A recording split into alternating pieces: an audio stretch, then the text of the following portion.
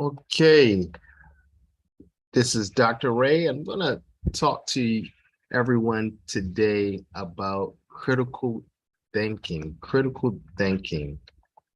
What is critical thinking and why should we do?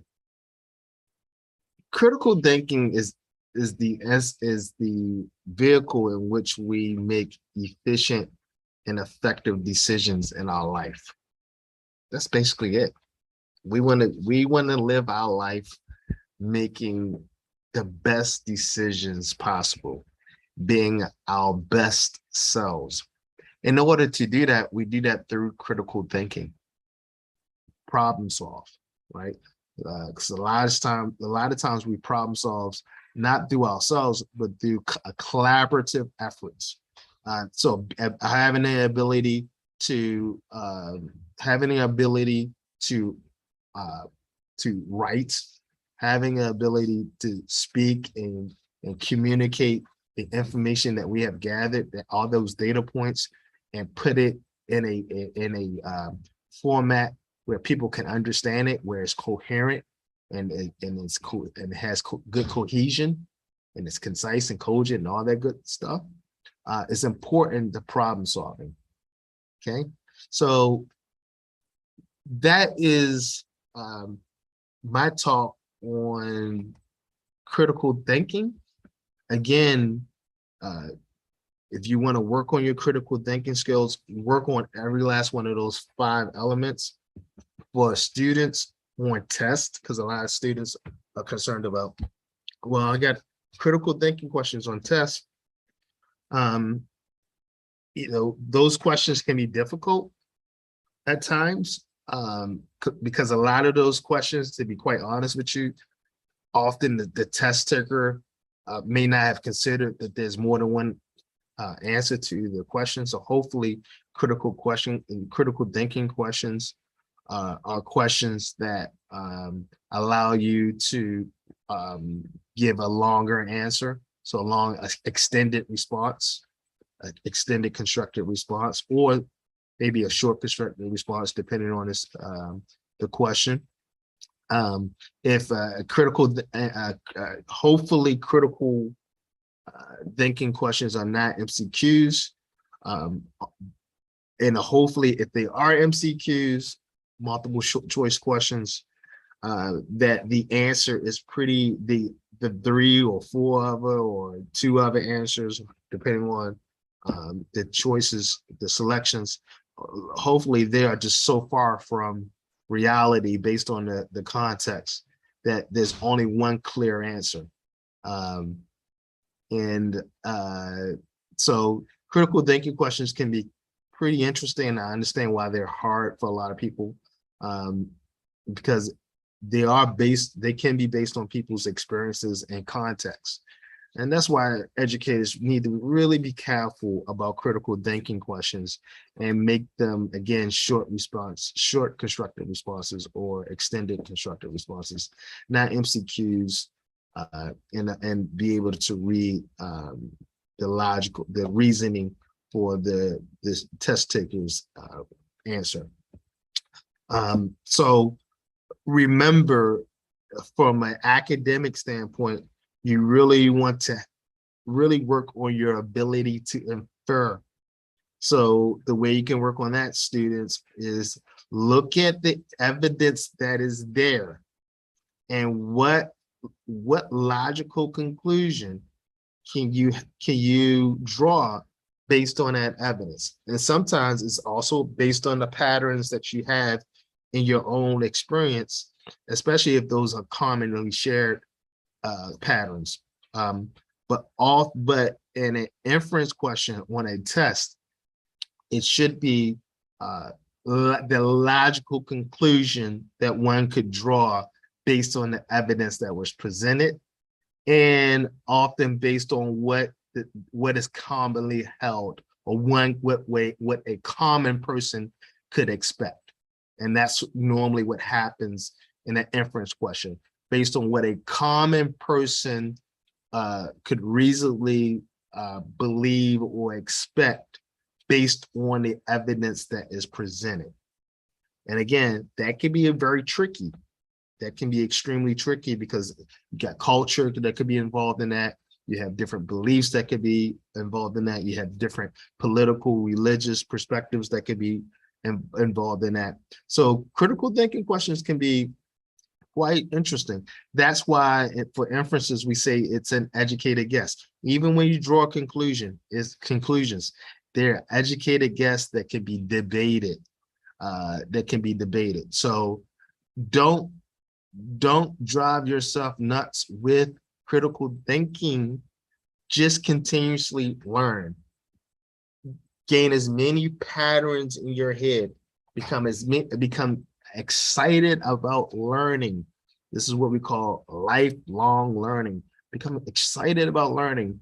Read, learn, get around people smart, associate with people that are smarter than you, attend conferences, listen to podcasts, and you will know that your critical thinking is improving because you will start disagreeing. You will start disagreeing with what you hear.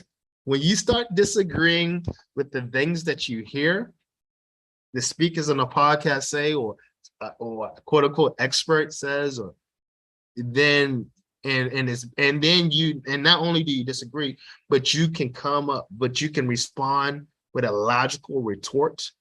You have a logical retort or a logical alternative to that based on your information, not just based on what your culture said or what your mama said or what something from your religion says, but you can combine all those things and other intellectual things to logically respond to things that your intellectual bank tells you that is wrong, right? When your intellectual bank says, I don't like this, and these are the reasons why I don't like it. And you should be able to respond, again, from different perspectives, not just from a political perspective or a religious perspective, but you should be able to combine all those things to create a response that is reflective of a world view.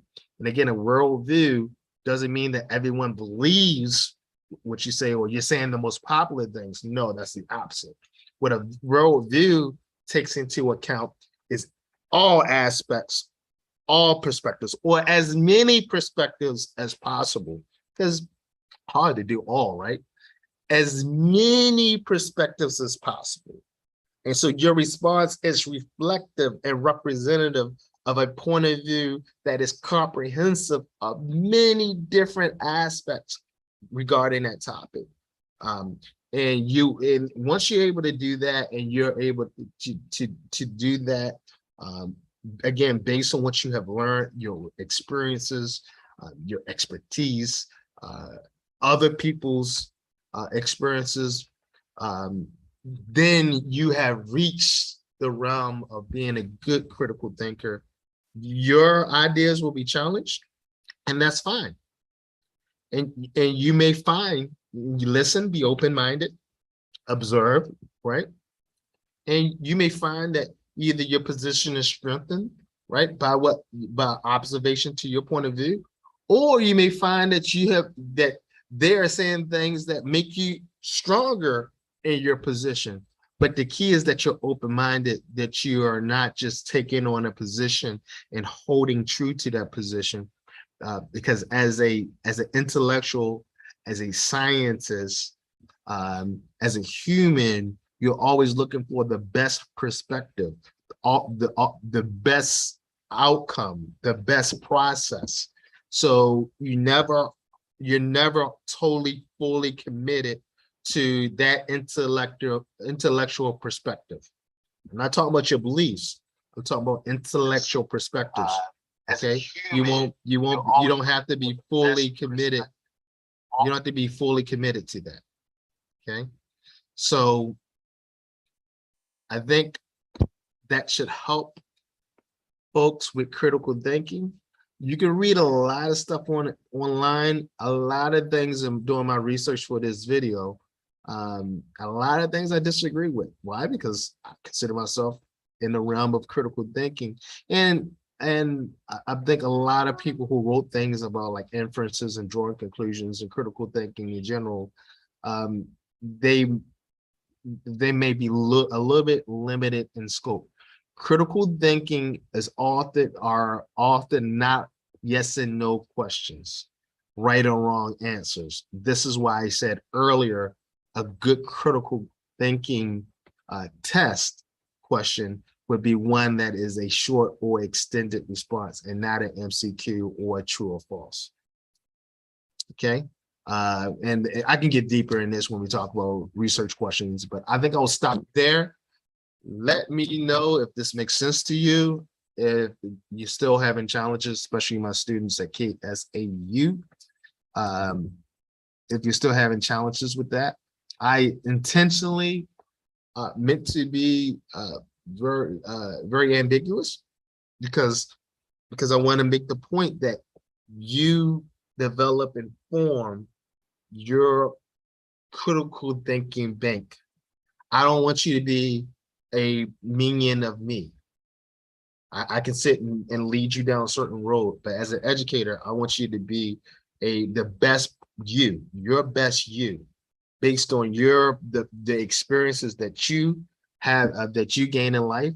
The only thing I ask you is that you gain a worldview and that you become open-minded. Again, open-minded does not mean that you try things or do things that are against your religious beliefs or personal beliefs. However, you need to be able to label it and know it. All right. So you don't have to do crack to label it and know it. All right. All right. I never did crack in my life, but I can say that's probably crack, and I want to stay away from it. And I know, and I've read enough about it to know how it's made, and that's all I need to know. I don't need to go deeper than that. Okay. So you don't have to. I'm not suggesting that you try things. I'm just saying that you're able to safely, right? Safely be able to label it, understand how it works, so you can go off and do other things. Now, there are going to be other things that you're truly interested in that does not go against your religious, political, social perspective, and you go deeper, right? You analyze, you apply, right? You analyze, you evaluate, you synthesize, you evaluate, you get deep into it, right? When you test it, you ethically and ethically observe. But for things that go against your belief system that may harm you, you can observe from afar. Okay, label it, know it, so you can go out and do those other 4 things. All right. As it relates to critical thinking, what are those 4 things? What are the 5 things again? Let's just go over it before we cut this live off. They are: you have to be able to observe. You have to be able to analyze what you observe. So you need to work on your observation skills, your analysis skills, your ability to infer, your ability to communicate in all formats, verbally, written in the written format, non-verbally, right? Remember, 80% of communication is non-verbal. Be mindful of that. And then 5th, problem solving. Okay, so what's the first one? Observe. That's a skill. That's a critical thinking skill. Observation. Second one, analysis. Third one, inference. Huge. We do it every day. To infer. Taking information that we have, taking patterns that we have to come up with an educated guess about information that is not directly that is implied, not directly stated. 4, we have what? Communication, right? And then 5th, problem solving, right?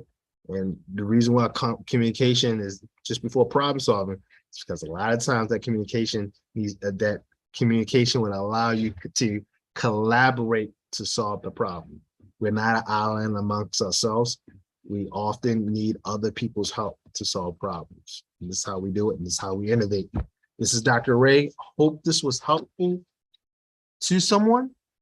And we'll see you at the next turn.